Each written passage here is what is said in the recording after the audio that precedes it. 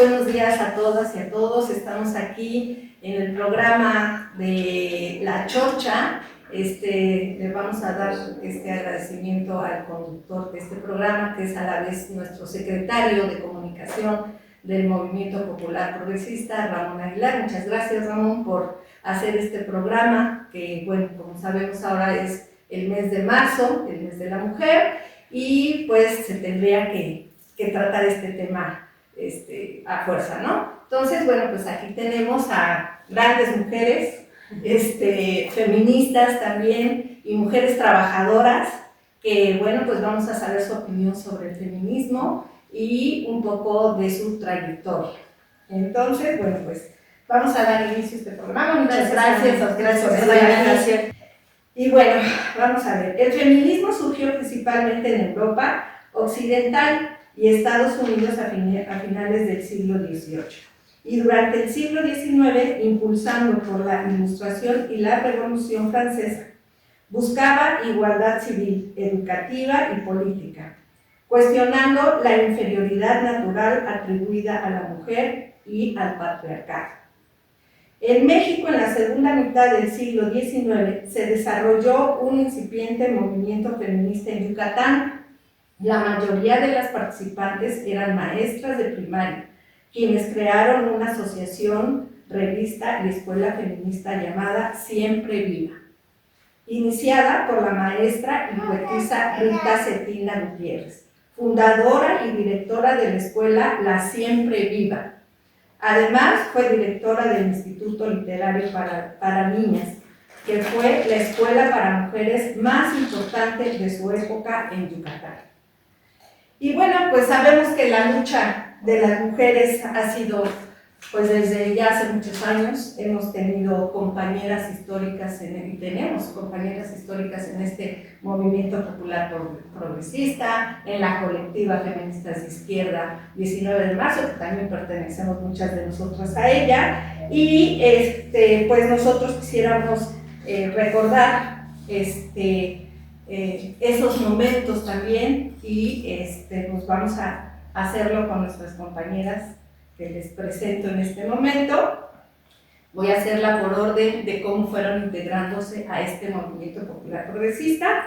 Y bueno, tenemos a Yedani Figueras Ayala, aquí presente, quien es nuestra secretaria de Mujeres. Es activista, actualmente consejera en la Comisión de Derechos Humanos del Estado de Puebla, especialista en derechos humanos con perspectiva de género, certificada como acompañante comunitaria contra la violencia de género, asesora en sala de regidores del municipio de Puebla, conferencista municipal, estatal, nacional e internacional. Y bueno, de todas no vamos a leer todos sus currículums porque nos tardaríamos mucho, nada más vamos a decir breves cosas de cada una. Gracias, Yeda. También está la compañera Edith Cinto, que ella es nuestra secretaria de Economía Solidaria y Proyectos Productivos. Ella es abogada, ha sido subsecretaria de Participación y Empleo en la Secretaría del Trabajo Estatal y participa en diferentes cooperativas del Estado de Puebla. Gracias, Edith, por estar con nosotros. También está aquí la compañera Eva Cerezo González, quien ella es nuestra secretaria de Vinculación con Movimientos, Colectivos y Organizaciones Sociales.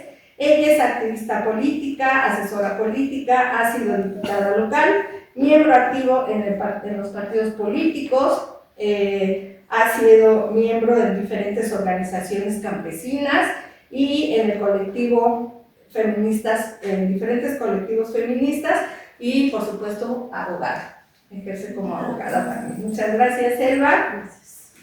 Y bueno, por último les presento a la compañera Sol Cortés, que ella pertenece al Consejo Consultivo de nuestro Movimiento Popular Progresista. Ella es doctora y maestra en Sociología, licenciada en Ciencias Políticas y Administración, fue directora del Instituto de la Juventud del municipio de Puebla y secretaria técnica de la Tesorería Municipal, directora de Prevención y subdirectora de Transversalización de la Perspectiva de Género de la Secretaría de las Mujeres en el Gobierno de Oaxaca. Ella es activista feminista por los derechos sexuales y reproductivos de mujeres y niñas. Gracias. Muchas gracias a todas por estar acá. Como ven, pues son mujeres muy preparadas, mujeres de lucha y mujeres activistas y que siempre están al frente del mejoramiento de las mujeres y luchando por sus derechos, los derechos de cada una. Y bueno, la dinámica es que yo voy a hacerles algunas preguntas, las vamos contestando ahora sí que como ustedes, si quieren brevemente, para que no se haga muy largo. Tengo varias preguntas, entonces podríamos estar aquí muchas horas, pero bueno, para esto vamos a hacer la primera pregunta y que quisiera que me la contestara cada una de ustedes muy brevemente, que es, ¿qué las llevó a involucrarse en la lucha del feminismo? ¿Quién empieza?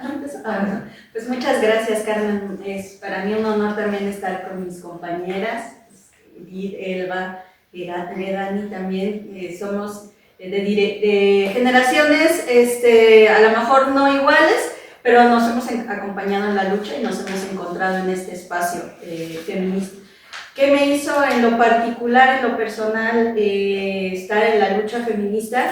Pues como decimos las feministas, nos hacemos feministas con nuestra propia historia, ¿no? Y a mí un poco me parece que también fue mi propio contexto familiar y social.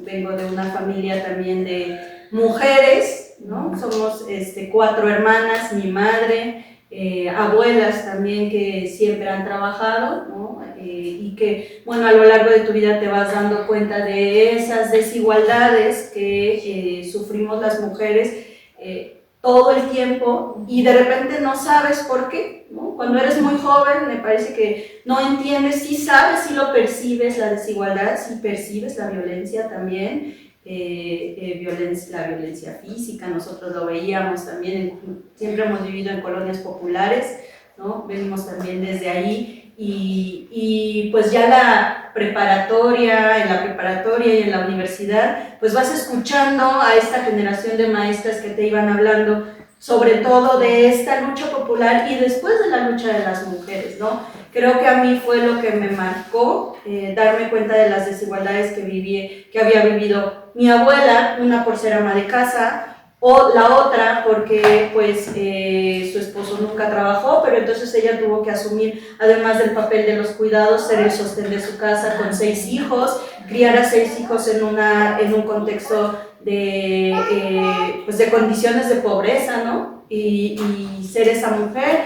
Mi madre también siempre trabajó, nosotras estuvimos en casa, siempre tuvimos que estar en casa de alguna otra manera solas. Y ahí pues nos fuimos haciendo este amalgamiento que hacemos siempre entre las mujeres, ¿no? Nos hicimos muy, además de hermanas, pues compañeras de vida, ¿no? Y entonces creo que eso también a mí en lo personal me hizo darme cuenta de todas estas cosas. Y después, bueno, con mi propia historia también, ¿no? Yo soy una mujer divorciada, con mi primer matrimonio, y pues ahí también uno sufre dentro del matrimonio pues muchas violencias, ¿no?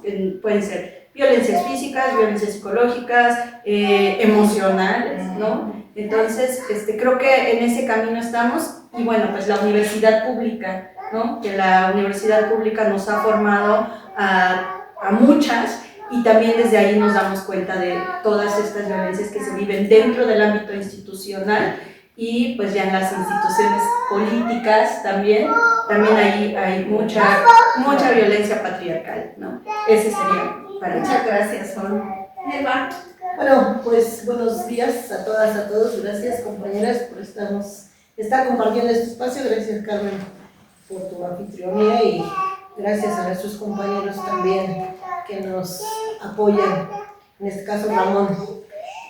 Pues, ¿cuál es lo que me hizo ser feminista? Yo crecí en una familia con una madre muy activa, muy participativa, una mujer que se indignaba con la injusticia y cuando ella veía que algo estaba mal y que a la gente se le daba un maltrato, siempre salía a defender, ¿no? Siempre exigía respeto y ella viene de una familia donde por condiciones de que muere mi abuelo se traslada de la ciudad al pueblo origen de mi abuelo, y entonces antes no había escuela casi, entonces ahí empieza a estudiar la primaria empieza a estudiar a los 12 años, y dice que iban a clases, y entonces en las tardes había unas clases que ella decía, decían que eran los anarquistas, decían así, y entonces invitaban a un círculo de estudios, pero los grandes casi no querían ir, y entonces nos mandaban a todos los jovencitos, los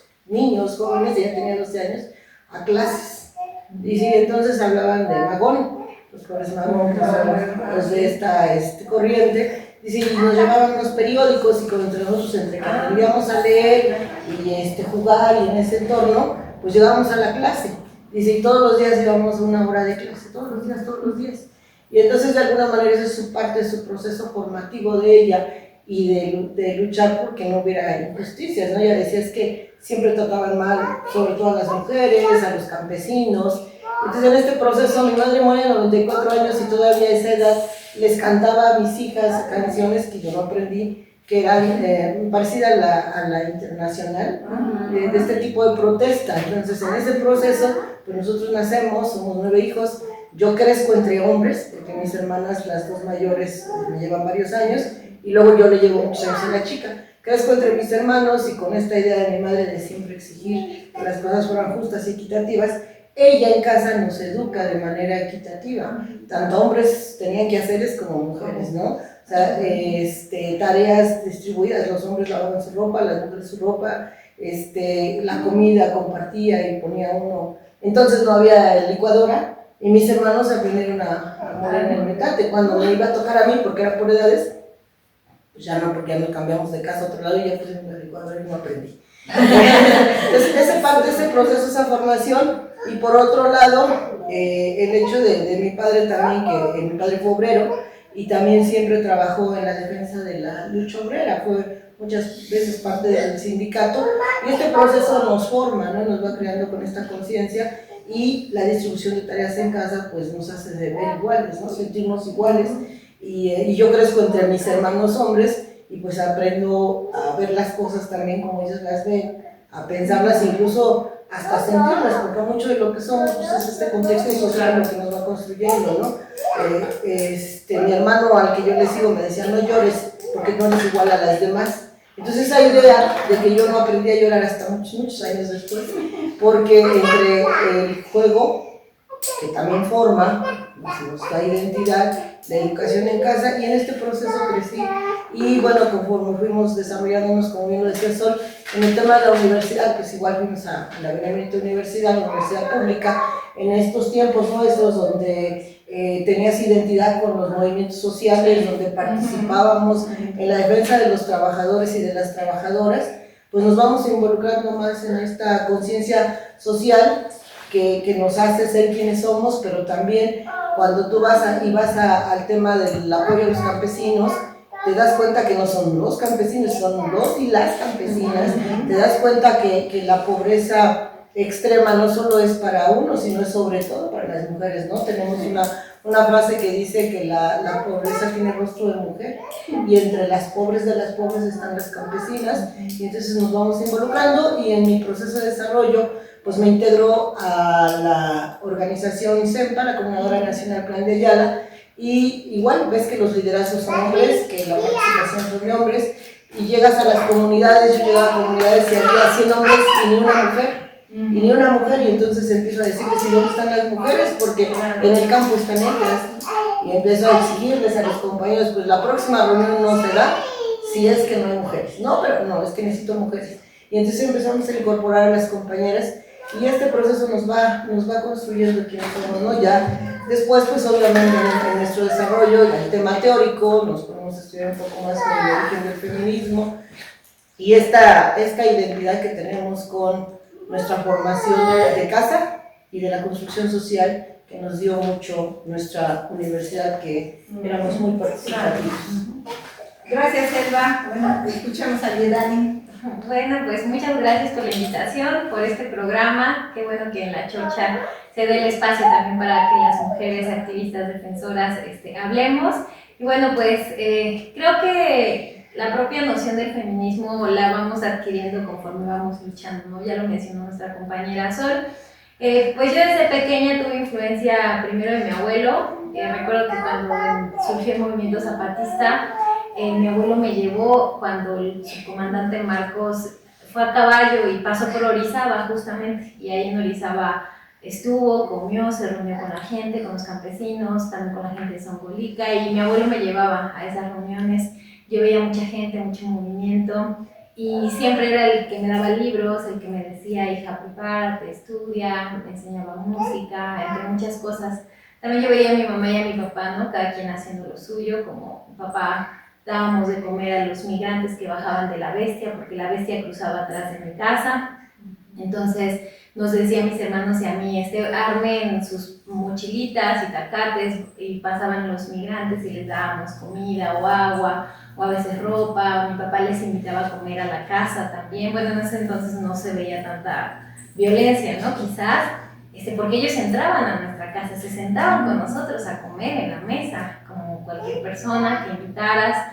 Mi mamá pues estudió enfermería en la Cruz Roja, mi hermano mayor fue paramédico y yo fui voluntaria en la Cruz Roja. Entonces a los 15, 16 años yo ya estaba trabajando en Cruz Roja, haciendo voluntariado, y justamente ahí es donde encontré mi vocación de servicio, ¿no? De hacer la diferencia en el mundo, de trabajar. Cuando leí la historia de Jean-Henry Dunant, que era un contador que vio las condiciones de precariedad de las personas en la cárcel, pues creó lo que es ahora la Cruz Roja, ¿no? Entonces hay una visión de ayuda a las personas. Y bueno, posteriormente cuando vine a estudiar aquí a Puebla, justamente en la UAP, cuando yo estaba estudiando, pues surgió lo del Gober Precioso y las Preciosas. Entonces nosotras organizamos una marcha gigante, masiva en toda CU. Hicimos recorrido dentro de CU, salimos de CU y marchamos desde CU hasta Casa Aguayo con botellas de caguama, porque no teníamos de coñac, pero se las dejamos en la puerta de Casa Aguayo a Mario Marín como una protesta, porque el tema de Lidia Cacho pues ya había reventado también. Y pues el tema es de que en la Facultad de Derecho, ¿no? También ahí se iba, ¿no? Se iba a buscar a mujeres novias de ciertos políticos o de ciertos directivos. Entonces ahí estaba pues la mera grilla política. Y posteriormente me volví consejera universitaria de la Facultad de Derecho, la primera mujer consejera en toda la Facultad de Derecho, propietaria, y que pues siempre colocaban a las mujeres de suplentes, ¿no? Entonces era la primera vez que ocupábamos una posición así. Pese a todo, igual, ¿no? Viví la violencia, subieron mis fotos a redes sociales, se había inventado Facebook también, y pues en mi foto era la puta de tal, se acuesta con Mario Marín, con Abuela y con todo el mundo, ¿no? Entonces fue como en ese momento no existía la ley Olimpia tampoco. A mí me atravesó muchísimo, incluso pues, dejé de ir como una semana a la escuela por tanta, pues, de que lloraba, de que la gente me veía, de que hablaban de mí, yo como consejera. Pero eso me dio pauta a seguir luchando, a seguir trabajando, a seguir construyendo, haciendo no solo proyectos universitarios, sino también en la incidencia en la comunidad, creando redes y grupos de mujeres, no solo en la uni, sino también ya estábamos recorriendo el territorio, hablando en comunidades. En ese entonces pues decían que yo estaba como con un grupo de hippies, pero bueno, en realidad eran personas con muchísima conciencia social. Y bueno, pues gracias a eso, pues la maestría, y seguí trabajando pues ya en el servicio público, pero también colaborando en la defensa y acompañamiento de víctimas de violencia. Y es cierto, nos volvemos feministas con nuestra propia historia. Yo viví violencia, intento de desaparición forzada, sobreviví a ella, y a partir de eso decidí que ninguna mujer ni ninguna niña debería de vivir eso, ¿no? Entonces, cada vez que las violencias se atraviesan en nuestras vidas, porque todas las mujeres en México hemos vivido violencia en alguna etapa de nuestra vida, es una forma de decir que resistimos, ¿no? Y siempre pienso en esta frase de Rosa Luxemburgo: quienes no se mueven no conocen sus cadenas. Así que yo he decidido moverme para reconocer esas cadenas que todavía siguen ahí, pero también para romperlas y transformar esta historia o esta narrativa que uno tiene de dolor en una narrativa que sea de transformación, que inspire a más generaciones y que podamos transformar el entorno para vivir pues libres de violencia.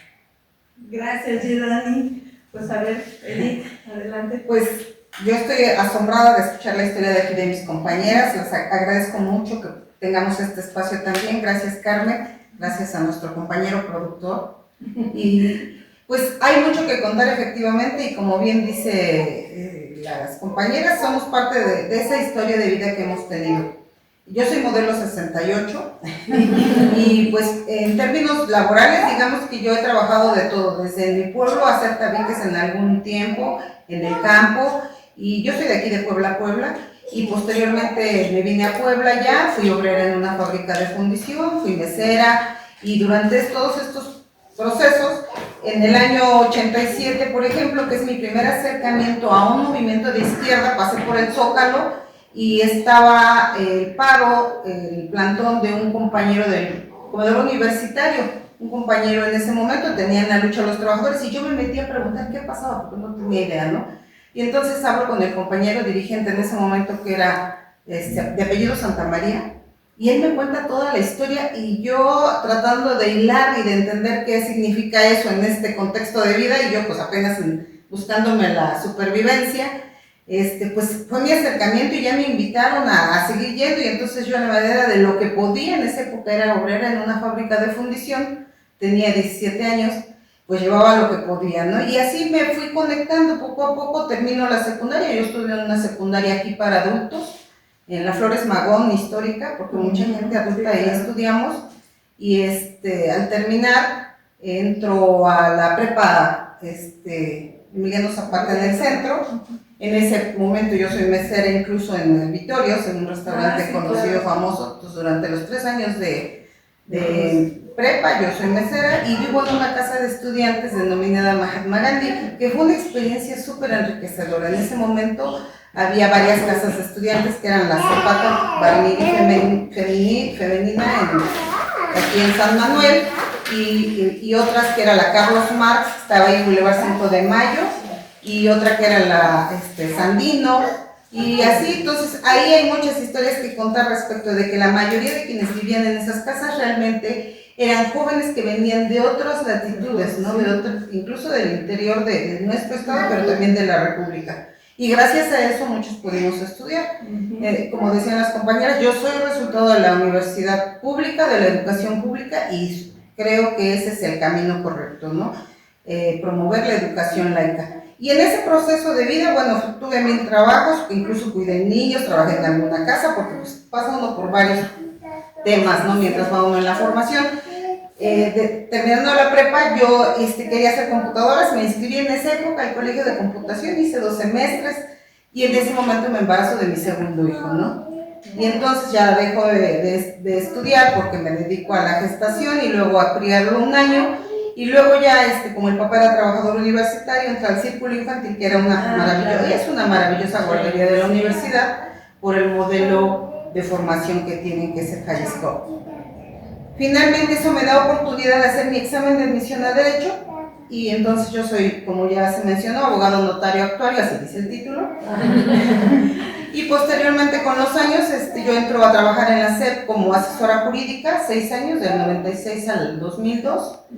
Después ya salgo en un momento de transición gubernamental estatal y entro a hacer una maestría. Soy maestra en Derecho del Trabajo y la Seguridad Social, y ya posteriormente litigo 10 años con un abogado laboralista donde solo defendemos trabajadores. Salgo después de ese despacho y entro a trabajar a la universidad en la oficina de la abogada general 9 años, ¿no? Renuncio porque me voy a seguir la cuarta transformación, y ahí es como llego a ser subsecretaria de Empleo, Participación e Inspección, y en ese proceso también pues hago el doctorado en Administración Pública. Tengo 3 hijos y pues como decían, en este devenir de la vida pues estamos aquí luchando, porque creo que el único camino realmente para transformarnos es formarnos. Bueno, pues continuamos con las preguntas. Muchas gracias por compartir parte de su historia, que todo el mundo la va a conocer, pero pues nos da mucho gusto saber cuál es su origen para estar involucradas en esta lucha. Bueno, sabemos que hay diferentes formas de ver el feminismo o de sentir el feminismo. Yo quisiera preguntarles, ¿qué diferentes formas creen que haya y en cuál de ellas se identifican? ¿Quién de ustedes me quiere responder esa pregunta? Bueno, yo entiendo que la lucha feminista surge a nivel mundial, pues obviamente a partir de las desigualdades que existen entre hombre y mujer. Y es para reivindicar un poco, para tratar de equilibrar, ¿no? Así yo diría, en resumen, así surge. Ya todo lo demás que viene, que son cuáles series, quiénes fueron las precursoras y todo, habrá que analizarlo, ¿no? Ok, ¿alguien más sobre este tema que quisiera? Bueno, el feminismo, para mí, ¿con qué me identifico? Bueno, pues es la lucha de las mujeres por tener las oportunidades, derechos que tenemos como humanidad. Es un movimiento social, es una definición política que surge inicialmente así en el siglo XVIII, en donde cuando se decreta la Carta de los Derechos Humanos de los Hombres, empieza ahí la participación, o sea, somos hombres y mujeres. La gente dice, cuando dicen hombres estamos involucradas, pero nosotras decimos que no, estamos excluidas porque, como hace rato lo mencionaba, nos construimos a partir de la formación en casa y del contexto social. Y en este contexto social mucho se ha marcado esa gran diferencia entre hombres y mujeres. Desde que nacemos tenemos tratos distintos, desde que nacemos estamos siendo relegadas de ciertas actividades, incluso de juegos que la sociedad dice en estos estereotipos, estos son para niñas y estos son para niños.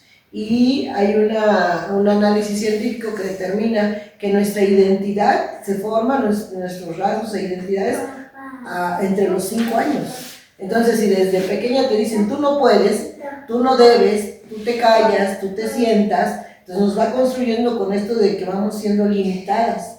Entonces el feminismo en el que yo creo y el que defiendo es justo el de los derechos que debemos tener por partes iguales, oportunidades iguales, porque somos la humanidad y la humanidad incluye hombres y mujeres, mujeres y hombres. Entonces creo que es ese, mucho tiene que ver con este origen del feminismo del que habla Clara, siempre el pronunciarlo se me confunde, Sectin. Clara y Kollontai, cuando hablan de un feminismo que es esta revolución de conciencia donde las mujeres tengamos acceso a todos los derechos y a todas las oportunidades, pero es un feminismo pacífico. Yo me identifico con ese. Ellas son las grandes revolucionarias que actúan o que luchan en contra de la guerra, en contra de la confrontación. Entonces esa es mi identidad con este tipo de feminismo, donde tengamos las mismas oportunidades de manera pacífica, en el sentido de que no somos enemigos hombres contra mujeres, en ese sentido. Obviamente que ningún derecho se conquista sentados en casa, ningún derecho se conquista sin hablar. Hay que salir a las calles, hay que hacer esta revolución de conciencias, hay que construir en todas las mujeres, pero también en todos los hombres. Ahí es la parte que a veces difiero con algunas compañeras, porque si la mitad de la población, nomás que somos el 52% en México, nos concientizamos, nos deconstruimos, ¿qué pasa con el otro porcentaje? Pues no pasa nada, porque si los hombres no lo interpretan de esa misma manera, entonces no vamos a poder cambiar las cosas. Entonces tenemos que incidir en toda la población. Gracias. Sí, gracias. Pues con cuál feminismo me identifico. Bueno, primero me gusta mucho lo que plantea o lo que ha estado planteando Rita Segato, que el feminismo no es solo un movimiento que lucha por los derechos de las mujeres, sino de una construcción, una nueva construcción de la sociedad entera, ¿no? De la humanidad, porque bien como lo dice Elba, este es un camino de hombres y mujeres, en donde yo también siempre les digo a los compañeros que se den cuenta cómo el patriarcado los ha roto también a ellos, ¿no? Los ha convertido en estos seres protagonistas violentos que están constantemente ejerciendo violencia, pero que también la están recibiendo, ¿no? Entonces me parece que es ver el feminismo como un modelo integral, es el movimiento más grande del mundo, el menos violento además, quiero plantearlo así, dejarlo como poner ese acento, porque de repente se distorsionan mucho las cosas y los movimientos sociales que vienen aparejados con el feminismo y que lo quieren hacer ver como si fuera un movimiento violento. No es cierto, es el movimiento que menos o el que no ha cobrado vidas, más bien, el único movimiento social que no ha cobrado vidas y que además pues es el más grande de la historia, ¿no? Porque es de más de la mitad de la población somos las mujeres, pero es un movimiento que reivindica una nueva manera de ser humanidad, de construir a la humanidad, no solamente a las mujeres. ¿Con cuál me identifico?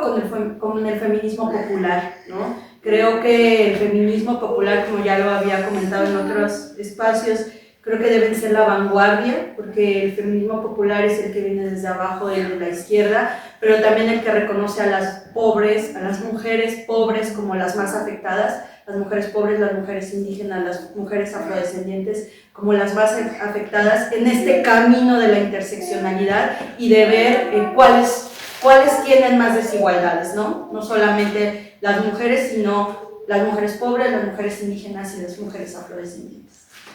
Bien. Bueno, pues a mí me gustaría como puntualizar antes como dos cosas. Es cierto, el feminismo es uno de los movimientos, y retomando lo que mencionó mi compañera Sol, es uno de los movimientos más grandes en el mundo, que antes de denominarse feminismo ya existía el movimiento de mujeres en todos los rincones del mundo, siempre exigiendo y reivindicando los derechos. Históricamente se menciona que surge en Estados Unidos y en Europa, pero podemos tener antecedentes mucho antes de esto, que la historia lo haya marcado así. Es distinto porque las luchas de las mujeres desde las comunidades por sus propios derechos es fundamental, ¿no? O sea, la lucha de los derechos humanos o los derechos de las mujeres surge en las comunidades más arraigadas, más alejadas, ahí donde la televisión, las cámaras, donde no se ve, ahí donde las mujeres deciden romper el silencio, ahí surge la lucha por los derechos de las mujeres, que es el feminismo. Y es cierto, el movimiento no tiene ni una sola vida cobrada, es decir, es un movimiento pacífico, no violento y que jamás ha cobrado la vida de ninguna persona. No hay asesinatos a nombre del feminismo, no existen los muertos de Juárez, no existen los miles de hombres asesinados por las feministas, no existen titulares así, eso tiene que ser muy puntual. Segundo, la Madre Teresa de Calcuta decía que a ella no le gustaba que le dijeran que saliera a marchar o a protestar para el fin de la guerra. Ella decía que la invitaran a marchar y protestar a favor de la paz. Y en esta retórica hay algo bien importante. Cuando hacemos un movimiento a favor de la paz, que es completamente distinto a esta protesta que resulta ser bélica, pero cada quien tiene sus movimientos y sus contextos, y de ahí retomar la parte de las mujeres.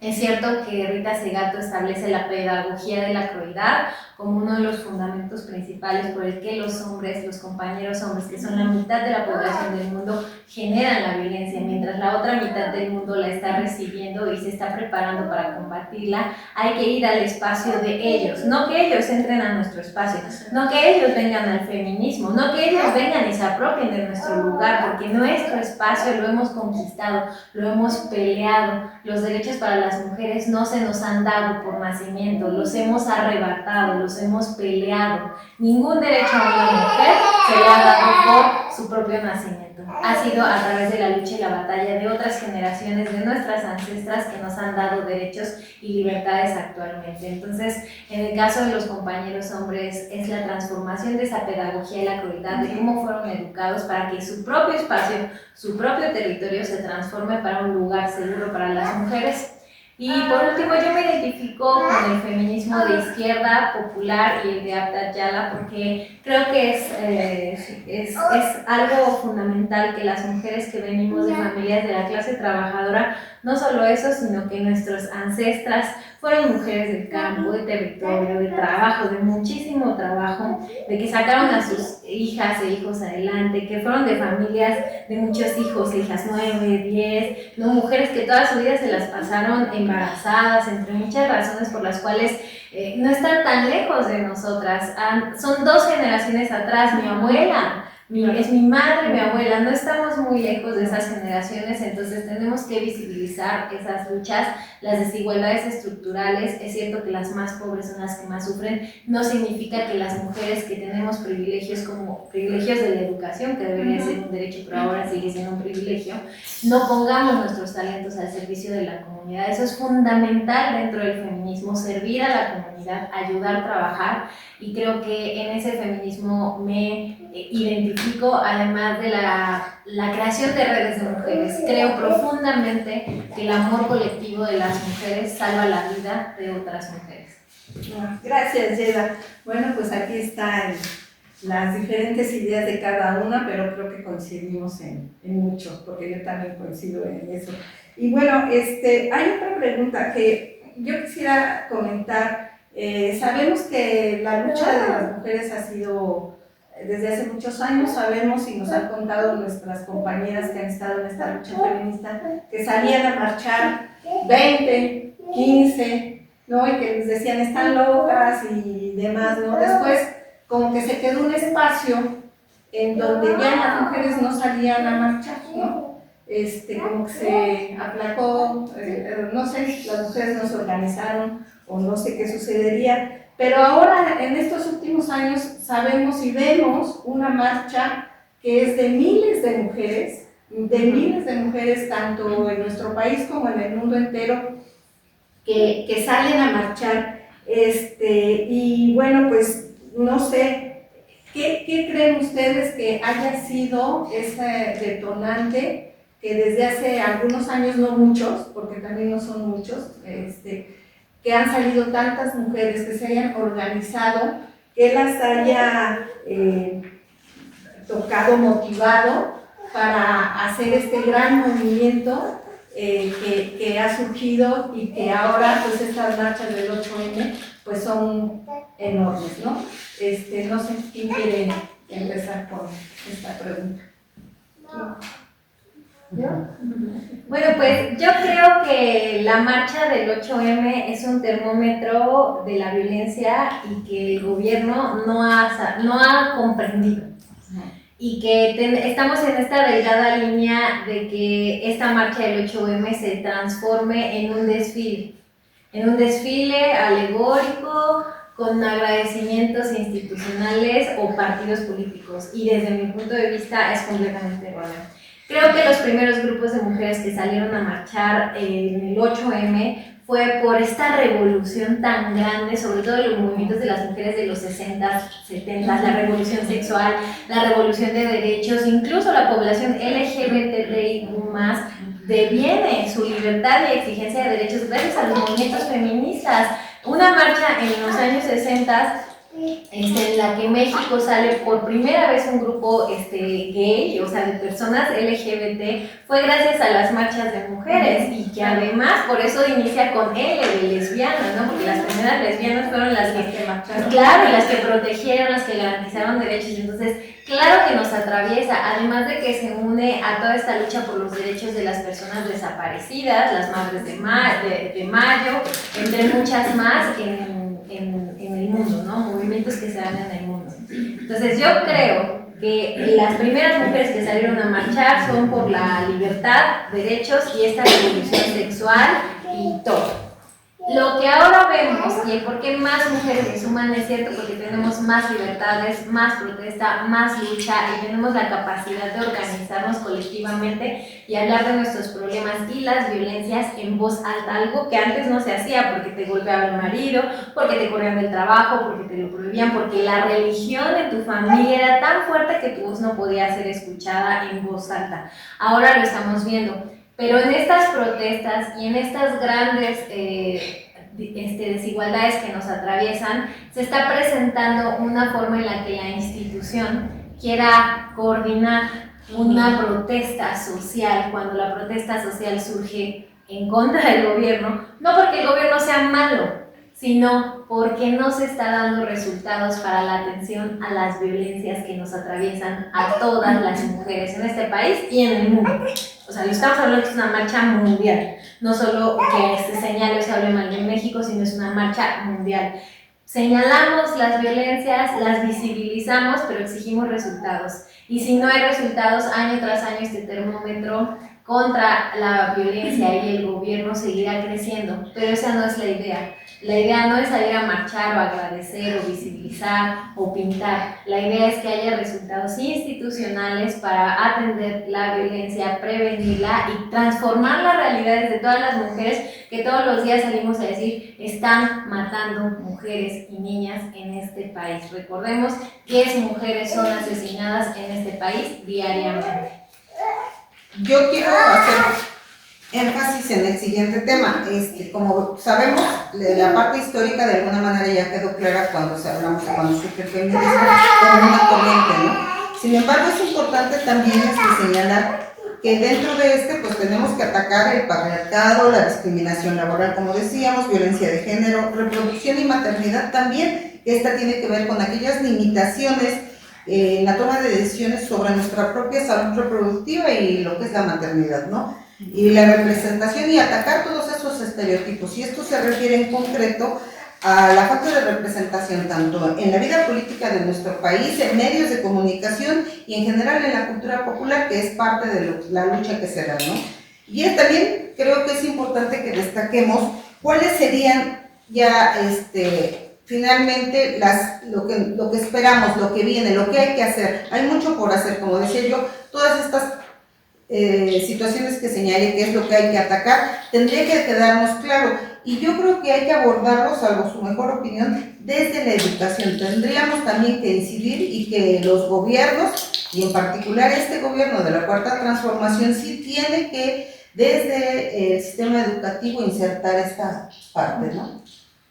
Bueno, pues yo quisiera hacer una pequeña reseña, porque este movimiento es un movimiento internacional y no es de hace 5, 10, 20 años, ¿no? Estamos hablando que en la Segunda Internacional en 1910 se plantea esta defensa de los derechos de las mujeres trabajadoras. Eso es fundamentalmente el 8 de marzo. Ahí Clara lo plantea donde dice que se reconozca este día como el Día Internacional de las Mujeres Trabajadoras.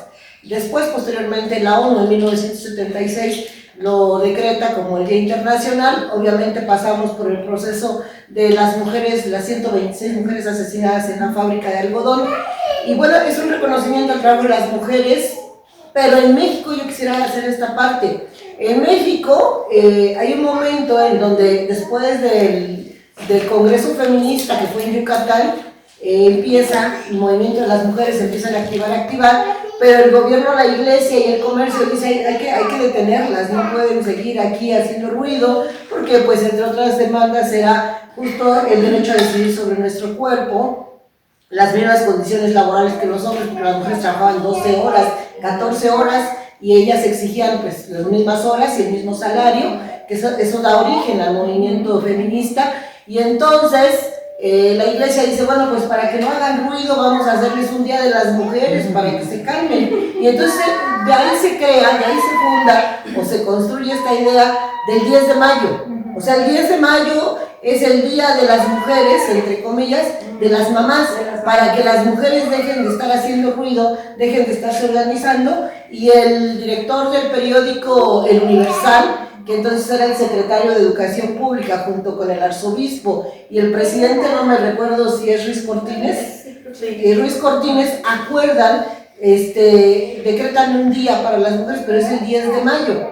¿Por qué? Pues el comercio va a vender, la iglesia va a controlar que las mujeres dejen de estarse organizando, el Estado ya no va a estar recibiendo manifestaciones y protestas, y el periódico, que son el otro poder que conocemos, se juntan y se crea. Y entonces se quiere mediatizar, se va mediatizando este movimiento y mercantilizando, que es lo peor, ¿no? Porque pues para festejar a las mujeres hay que comprarles algo.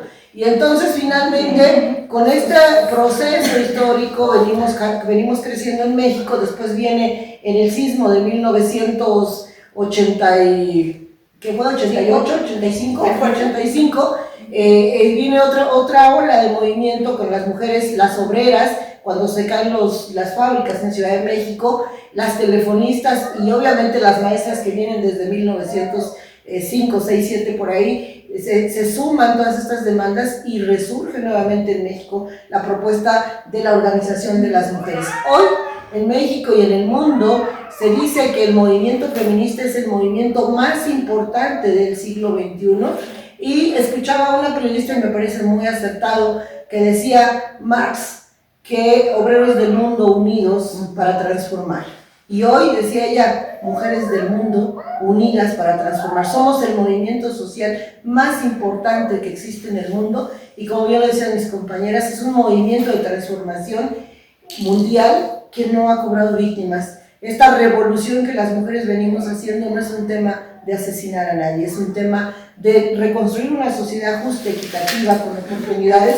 Y yo diría que en esta parte de este feminismo que a veces se malinterpreta, fuera hace algunos años, decían mis compañeros, tenía un compañero de Guatemala y me decía, es que eres feminista, y yo le decía, estoy en proceso. Es que eres feminista, estoy en proceso, y me decía, es que tienes miedo a decir que eres feminista. Sí, decirlo hace 20 años era como etiquetarnos, ¿no? De que... No te vas a casar. No, sí, pero ya estaba yo casada, ya tenía hijos también, pero se señala eres cachorra, ¿no? sí, o sea, ser feminista, términos despectivos, y entonces, en estos últimos años, para enfatizar el tema del desarrollo en México, del 2015 a la fecha, entre este proceso de la organización de las mujeres y del acceso a los puestos de toma de decisiones en el marco legal, en el 2015 se estableció esta paridad de las mujeres en la participación política, y nos ha dado un brinco en México. Sí hemos dado un brinco donde podemos hoy opinar más, participar más, pero nos hace falta transformar la política pública, nos hace falta transformar a las instituciones, porque es cierto, tenemos un marco legal donde México se ha desarrollado mucho, pero aplicarlo cuesta, aplicarlo es difícil, porque nuestro constructo social, los servidores públicos, los funcionarios, no acaban de interpretar, no entienden. Una mujer víctima de violencia llega... O no quieren. ¿Sí? O falta de voluntad. Entonces, ¿qué decimos? Pues nos tenemos que transformar todas y todos, y necesitamos que las instituciones, en esta parte que Dani decía, el gobierno, tiene que obligar, porque la ley es obligatoria, no es si quieres, entonces tiene que hacerse efectiva estas leyes, donde los servidores públicos actúen con perspectiva de género, juzguen con perspectiva de género, y las políticas públicas sean transversales. Hace falta, sí, hemos caminado un poco también. Hoy podemos decir muchas, somos feministas sin el temor a ser censuradas.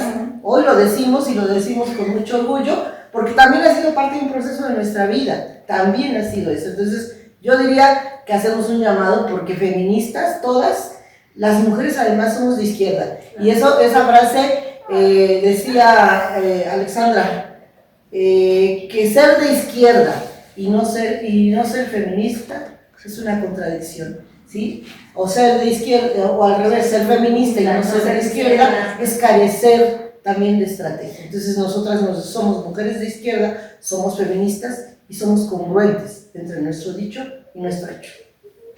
Gracias. Gracias, Elba, porque la verdad es que nos diste un panorama bien amplio.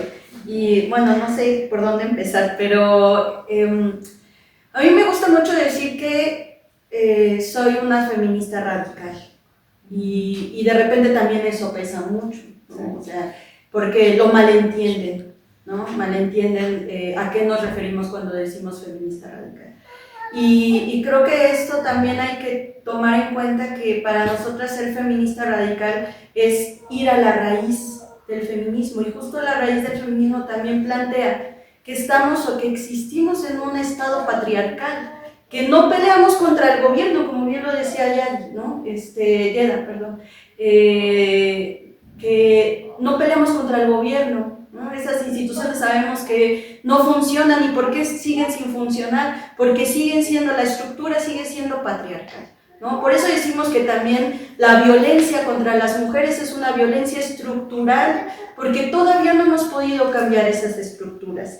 Y también me parece que en este devenir en donde hemos ido tomando los espacios, como ya dice Elba, carecemos de una conciencia de género. ¿Por qué lo quiero plantear así? Porque las mujeres que de repente han llegado a los espacios de toma de decisiones no tienen esta conciencia de género, no han pensado y repensado cuál es su papel de estar en estas instituciones, de romper con estas dinámicas patriarcales, de romper incluso con las propias dinámicas de poder patriarcales. Yo sigo pensando que las mujeres no hemos reconstruido ese poder de una manera diferente. ¿Cómo ejercemos las mujeres el poder? ¿Lo seguimos ejerciendo de una manera vertical, patriarcal, violenta? ¿O tenemos que construir un poder de diferente manera, un poder más horizontal, más comunitario, más en redes? A mí me parece que tenemos que pensar y repensar entre nosotras cómo podemos transformar las instituciones de esa manera. Y ahí, fíjate que yo te agregaría que entonces, ¿qué es lo que nos falta? Formación. Claro. Que desde Sí, claro, el momento por que, supuesto. por ejemplo, asumes un cargo de servicio público, tendrías ya que tener muy claro el tema, transversalizar en todo tu actuar. Claro, y es que además parece ser que se ha banalizado el tema de las mujeres.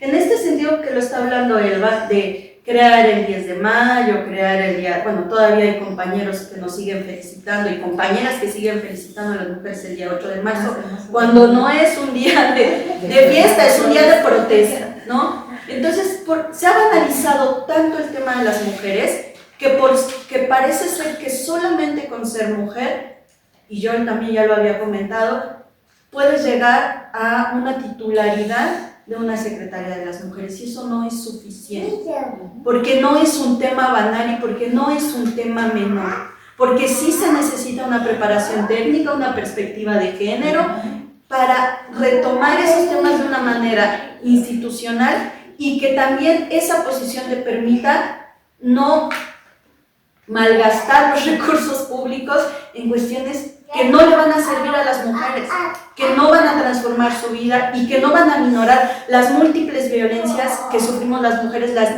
niñas y las adolescentes todos los días en esta sociedad en México, para que se deje de matar 10 mujeres, niñas y adolescentes en el país. Yo no veo todavía una política pública transversal en el país y yo también lo voy a decir, siempre voy a ser crítica de la cuarta transformación y de la izquierda, porque es nuestro papel como mujeres de izquierdas. La crítica siempre debe estar ahí y yo hoy no veo una política pública nacional y mucho menos estatal que pueda ayudar a paliar las múltiples violencias que vivimos mujeres, niñas y adolescentes en este país. Bueno, pues continuamos con nuestra entrevista a las compañeras feministas. Bueno, va la otra pregunta. Para ustedes, ¿qué retos, oportunidades y agenda pendiente del feminismo nos queda en México? Otra pregunta que les voy a hacer para que de una vez, como tenemos poco tiempo, ¿creen que todas las mujeres feministas somos igual o diferentes? ¿Nos unen las mismas causas a estas mujeres? Y la última pregunta, desde sus luchas, ¿qué le dirían a las mujeres que aún no han alzado la voz? Estas son las preguntas finales, esperemos nos contesten ustedes rápidamente porque tenemos muy poquito tiempo, pero a ver, ¿quién empieza? Bueno, pues agradeciendo la atención de todas aquí presentes, yo quisiera empezar con hacer énfasis en que en Puebla, según el INEGI 2025, en total somos 3.423.163 mujeres, nada más. Y es importante señalar, respecto de las preguntas que señalas, qué es lo que tenemos pendiente. De acuerdo a la reforma del 2018, la reforma constitucional, tenemos representación igualitaria, pero ese es en lo formal. La realidad es diferente, ¿no? Y es ahí donde tenemos que trabajar. ¿Cuáles son los retos que tenemos? Bueno, ya vemos paridad, pero que sea real una paridad, ¿no? Respecto de la ley de 3 del 2023, es importante señalar que la violencia familiar existe, que muchas compañeras y también compañeros no denuncian, porque si estamos hablando de igualdad tenemos que incluirlos porque también existe la violencia contra los compañeros. También de seguir trabajando en el tema de homologación, ¿no? Es decir, para que todo se haga a través del sistema penal acusatorio, que realmente cuando haya un tema contra una mujer sí se juzgue desde la perspectiva de género, de feminicidio, ¿no? También tenemos que frenar esa violencia. Tenemos también como pendientes que el Sistema Nacional de Cuidados haga realmente una valoración de acuerdo al el ingreso per cápita, esto se debe valorar, es decir, los cuidados en casa siempre generalmente se incluye a las mujeres, o son las que la llevamos, ¿no? Y no se valora realmente este trabajo, ¿no? Entonces también tenemos que trabajar sobre eso como pendientes. Brecha salarial y laboral, que es algo que ya se comentó de manera general. La violencia, que ya también tenemos una ley en el términos digital y escolar. Autonomía de movimientos. ¿Y qué nos queda? Eso es como muy importante, ¿no? La consolidación de un sistema nacional de cuidados, ¿no? Donde efectivamente haya esta atención de manera par, ¿sí? Tanto hombres como mujeres. Justicia y erradicación de impunidad, autonomía económica y cierre de brechas. O sea, pareciera ser, y acabo de leer un texto en donde decían, se dice que ya estamos en la Secretaría, sin embargo, asumiendo cargos importantes de toma de decisiones, pero a los hombres les pagan mejor que a las mujeres en el mismo cargo, ¿no? Entonces eso hay que trabajarlo. Derechos sexuales y reproductivos, bueno, eso es un tema que ya se ha abordado, pero que sin embargo también está pendiente de abordar de manera profunda. Y algo que las compañeras tocaron, el tema de las violencias, ¿no? O sea, que aquí nuestra compañera Yedani es experta, y que eso tenemos que seguirlo trabajando. Todos aquellos deudores alimentarios tienen que pasar al padrón. El tema como fue abordado en Tlaxcala, por ejemplo, que desde hace años ahí el que no paga se asume como un tema penal, ¿no? Entonces eso tiene que ser a nivel nacional. Ok, Esa sería mi conclusión. gracias. ¿Quién continúa? Pues bueno, yo creo que las divisiones en el feminismo sí existen, porque como bien lo decíamos hace rato, ha sido un proceso, esta transformación, esta participación de las mujeres, es todo un proceso histórico. Mucho de ello entonces se han apropiado de manera oportunista a la derecha. Y quiero decirlo muy claro, hay mujeres que son de derecha, incluso de extrema derecha, que se dicen feministas, y eso es una contradicción, no puede ser. No puede ser de derecha y ser feminista, ¿no? Eso es una contradicción. Entonces, se utiliza ese discurso, se utiliza el momento histórico en el que vivimos las mujeres para sacar un beneficio personal o de clase, porque entonces son quienes criminalizan principalmente a las mujeres que están luchando por cambiar las cosas. Son quienes utilizan de manera mercantil a las mujeres para decir que las cosas son distintas, o que ahora, como soy mujer y alguien debate conmigo, ya digo que me está agrediendo. El debate no es agresión, ¿sí? Pero entonces, utilizando este discurso, cuando les conviene, dicen que son feministas. Entonces sí hay una división entre quien piensa que el feminismo, que repito, es la derecha, que el feminismo, simplemente por ser mujer, yo tengo derecho a agredir al otro, y eso tampoco me parece que sea correcto. Entonces, es todo un tema, por eso yo decía, incluso ideológico, es ideológico. La izquierda nos identifica, porque desde su origen, si revisamos toda la historia internacional y nacional, son justo las mujeres que han estado en esta identidad socialista, esta identidad de la izquierda, quienes buscan esta transformación, quienes buscan que las mujeres podamos tener derechos, oportunidades. Entonces me parece que sí hay divisiones de quien utiliza el feminismo y el movimiento para un beneficio y para fortalecer a su clase, que es la derecha y la extrema derecha. Por otro lado, ¿qué deudas históricas? Pues tenemos todavía muchas deudas históricas.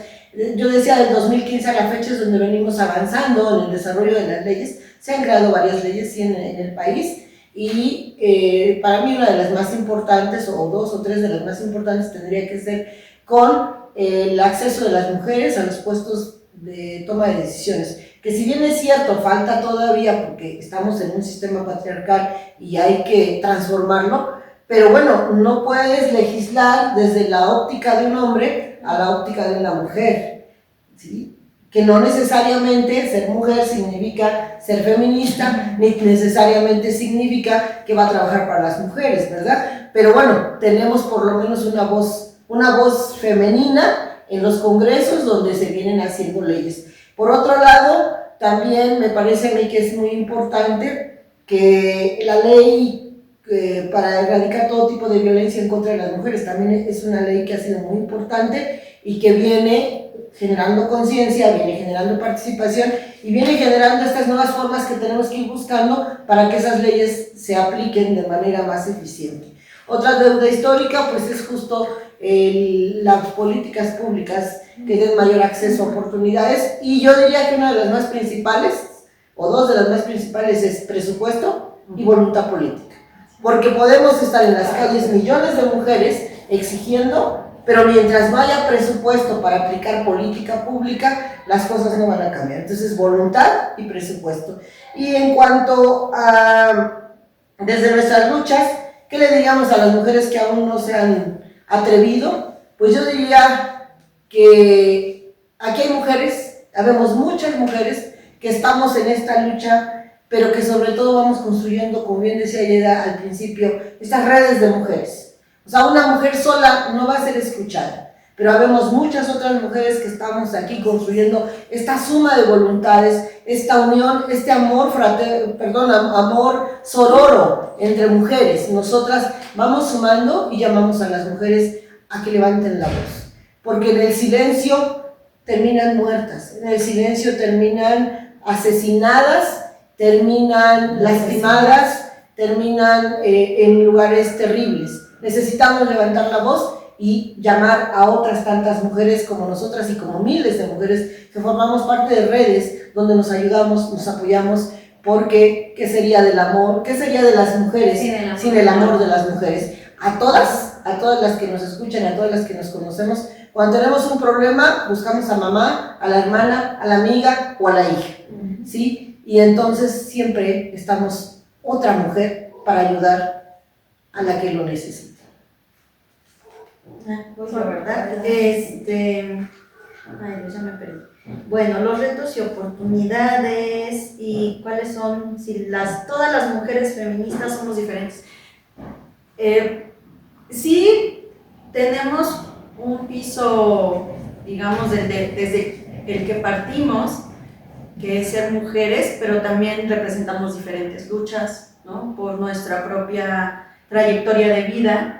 Pero a final de cuentas me parece que es la lucha por acabar con la violencia, ¿no? La violencia que es más entre mujeres, pero que pues también representa una sociedad mucho más justa, mucho más equitativa, y sobre todo a mí me parece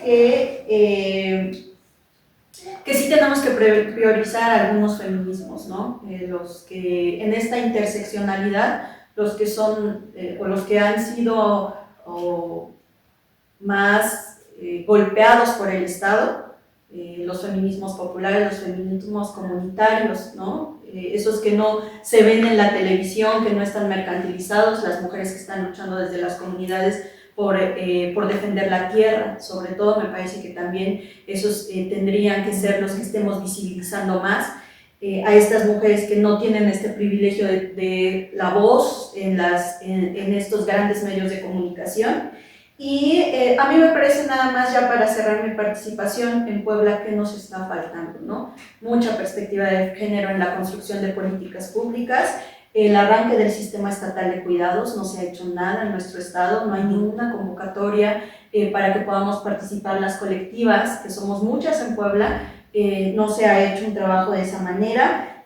También me parece que hay un camino, ya logramos el derecho a decidir en la ley, el derecho a decidir sobre nuestro cuerpo, pero ahora nos estamos encontrando con estos objetores de conciencia dentro de las instituciones públicas, como es el Instituto Mexicano del Seguro Social, que tendría que ser una institución que esté velando por este derecho de las mujeres. Creo que tendríamos que avanzar en un registro nacional de objetores de conciencia y pues apoyar un marco jurídico no patriarcal. Creo que eso sería para mí. Gracias. Gracias. Ay, bueno, yo. Bueno, pues rápido. Es que anoté los temas, pero bueno, sí existe muchos feminismos. Dentro del feminismo hay muchísimos feminismos, porque casi siempre el ejemplo que doy es muy puntual. No es lo mismo una mujer educada en una colonia de clase media alta, a una mujer indígena con una discapacidad, analfabeta, en alguna parte del territorio mexicano. Hay unas grandes diferencias abismales y eso denominamos discriminación múltiple, pero que también tiene que ver con nuestras luchas. Nos volvemos feministas con base a nuestras historias de vida, entonces luchamos y defendemos causas de acuerdo a lo que nos ha atravesado. Sin embargo, es una obligación quizás moral para todas nosotras poner nuestros talentos a los servicios de las voces de estas mujeres que en la periferia no tienen estos luces, reflectores y muchas veces acceso a los programas sociales, contactos, redes, grupos, y justamente lo que trabajamos es construir redes de mujeres, de apoyo, de contactos con las mujeres de la periferia para que sus voces sean escuchadas y que también sus luchas puedan alzar esa voz que necesitan, porque no podemos representar a mujeres indígenas si no somos indígenas, no podemos representar a mujeres afrodescendientes, afromexicanas o afroindígenas si no lo somos, tampoco mujeres con discapacidad, pero sí podemos ser esta red de apoyo que las sostenga a ellas, que las impulse, que las respalde y que hagan que su voz se vuelva más grande. Yo siempre digo en las charlas y en las conferencias, porque a mí me gusta hablarle a las mujeres, es que el ruido es ahora nuestro territorio de conquista. Ya no más silencio, el ruido es el territorio, es el espacio que nosotras tenemos que conquistar, tenemos que trabajar en ser, sí, muy incómodas para el sistema, porque ninguna comodidad dentro del sistema ha transformado algo, la incomodidad es lo que transforma y eso es lo que ahora las mujeres, las feministas somos para el sistema, con un estigma que ha instrumentalizado a las mujeres también mediante el Estado en su conjunto, no hablo solo del Estado por el Estado, el gobierno, sistema, y los medios de comunicación instrumentalizan mujeres para crear narrativas de odio en contra de las mujeres y la lucha por los derechos de las mujeres. Por eso siempre hablamos de que una cosa individual, un delito individual, no representa o no debe de pesar sobre las luchas colectivas, es decir, el delito individual no puede tapar, oscurecer o minimizar toda una lucha, una causa social, porque no es la mayoría lo que está haciendo ese delito que debe de ser juzgado por la ley, conforme a derecho, sino estas luchas históricas que hemos venido conquistando nuestros derechos. Entonces sí, hay muchos feminismos dentro del feminismo, pero hay un feminismo al que tenemos que tener cuidado y hacer un rechazo muy puntual, el feminismo blanco o el feminismo neoliberal. Ese feminismo que instrumentaliza a mujeres con pañoletas moradas, con vestidos rosa, con eventos, donde utilizan el presupuesto público para destinar a políticas públicas para combatir la violencia, pero que las personas que salen en las fotos son las mismas trabajadoras del gobierno, son los mismos personas que están ahí, no se llega a la gente, no se trabaja a favor de la gente, se simula sistemáticamente y se ejerce un presupuesto a la nada. ¿Y por qué digo que a la nada? Porque no atiende a las mujeres en la periferia, no hay resultados reales, se tocan los mismos grupos de mujeres, si revisamos las mismas fotos, son las mismas en todas las fotos, y eso es indignante, y esa es la crítica que hacemos al sistema, porque el presupuesto se tiene que destinar realmente a transformar y cambiar las vidas de las mujeres que lo necesitan. No podemos seguir en la simulación de la fotografía y la pañoleta morada, porque eso no salva vidas, porque siguen asesinando a 10 mujeres y niñas diariamente en este país, entonces algo no está funcionando,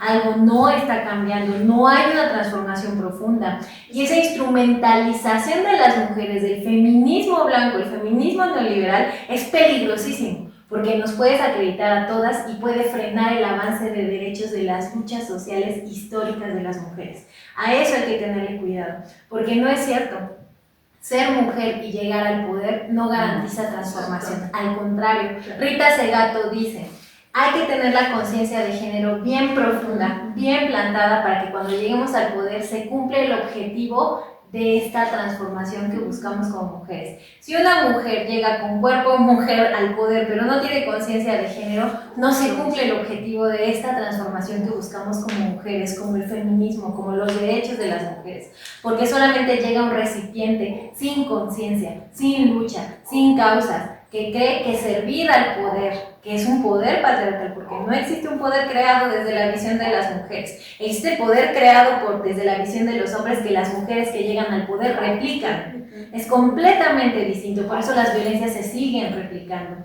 y por eso ser mujer no te exime de ejercer el machismo, de ejercer violencias, eso no te exime, pero sí la conciencia de género es una transformación que día a día debemos de hacer todas y todos, y por eso también debemos acuerpar las feministas a perfiles de mujeres que tengan conciencia de género, que puedan ejercer el poder y que en sí, ahí como escalera, bajar a hacer la transformación en la vida de las mujeres que más lo necesitan, las más pobres de entre los pobres, las mujeres indígenas, campesinas, discapacitadas, afrodescendientes y todas las mujeres de la clase trabajadora que todos los días viven desigualdades estructurales, sistémicas. A eso es a lo que tenemos que ir. La agenda pendiente de la lucha feminista del pasado y la actual no ha cambiado. El sistema de cuidados fue pedido desde Alexandra Kollontai, el derecho a decidir sobre nuestro cuerpo no ha cambiado, son las mismas luchas, las que hemos cambiado somos las generaciones de mujeres que hemos seguido y nuestras generaciones seguirán luchando y defendiendo, porque lo vuelvo a repetir,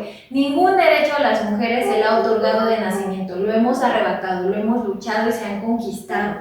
Esa es la gran diferencia, ser nombradas, nuestra propia existencia, pasar de objetos a sujetos de derechos, fue una transición tremenda que hasta ahora seguimos exigiendo ser nombradas. Nosotras existimos y somos mujeres que defendemos los derechos humanos de las mujeres. Y por último, el último mensaje que yo le quiero dar a todas las mujeres que tienen miedo a hablar, yo he estado ahí también. Yo no hablaba, ni siquiera hablaba en público. Pero cuando nos atraviesan muchas cosas, cuando nos damos cuenta de que existen dos posibilidades, una es quedarnos en el silencio ahí soportando tanta violencia, tantas injusticias y quejarnos y decir ¿por qué me pasa esto a mí? A volverte protagonista de esta historia y decir no puedo permitir más injusticias y más desigualdades, no solo sobre mí, sino sobre las mujeres que me rodean. Y si yo tengo una voz que es un instrumento para defender una causa y una lucha, pues es necesario alzar la voz y seguir trabajando por esto. Porque como lo dijo mi compañera Elba, como lo ha mencionado grandes mujeres a lo largo de la historia, ¿qué sería de las mujeres sin el amor de las mujeres? Y yo por eso siempre me atrevo a decir, el amor colectivo de las mujeres salva la vida de otras mujeres. Y creo que el trabajo colectivo de nosotras ha salvado, seguirá salvando y va a salvar más vidas de otras mujeres, porque nuestras voces tienen que trascender en esto y romper estas cadenas. Muchísimas gracias. Bueno, pues ya estamos a momentos de terminar. Yo agradezco infinitamente a Edith, a Yali, a Elba, a Sol, que estén con nosotros en este programa de La Chorcha y que ojalá todos visiten las redes sociales. Es Instagram, Facebook, X, en todas las redes sociales está La Chorcha. Entonces, pues ojalá y lo visiten. Es bien importante que oigan este programa, que lo escuchen, y bueno, yo creo que queda para mucho, platicar para mucho. Que lo compartan también. Que lo compartan y que ojalá nos vuelva a invitar Ramón a otra entrevista, porque creo que quedó mucho pendiente. Pues muchísimas gracias a todos y hasta luego. Gracias.